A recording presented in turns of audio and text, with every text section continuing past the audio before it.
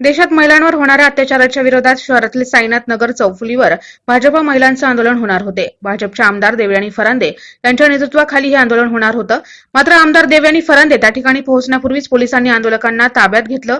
जमावबंदी आदेशाचं उल्लंघन झाल्यामुळे पोलिसांनी कारवाई केल्याची चर्चा आहे. मात्र यावरून पोलीस आणि आमदार देवयानी फरांदे यांच्यात वाद निर्माण झाले.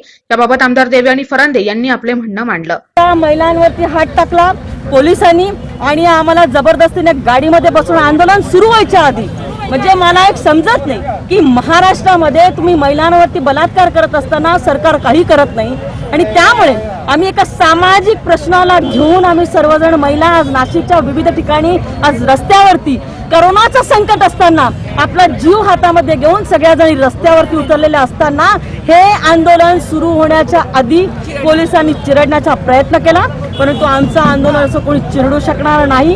हा उद्रेक आज रस्त्यावरती आपल्याला दिसतोय आणि आम्ही ह्या घटनेचा पूर्णतः निषेध करतो.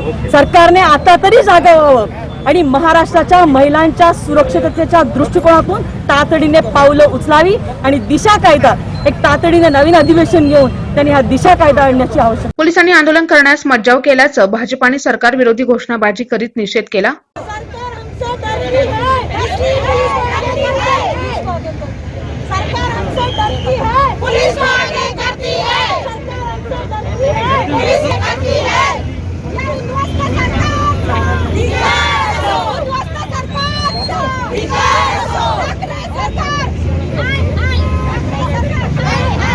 यावेळी शहराध्यक्ष गिरीश पालवे, नगरसेविका रुपाली निकुळे, शाहीन मिर्झा, संध्या कुलकर्णी नायडू, सतीश सोनवणे आदी उपस्थित होते. एनसीएन न्यूज साठी प्रतिनिधी रोहन दानी, नाशिक.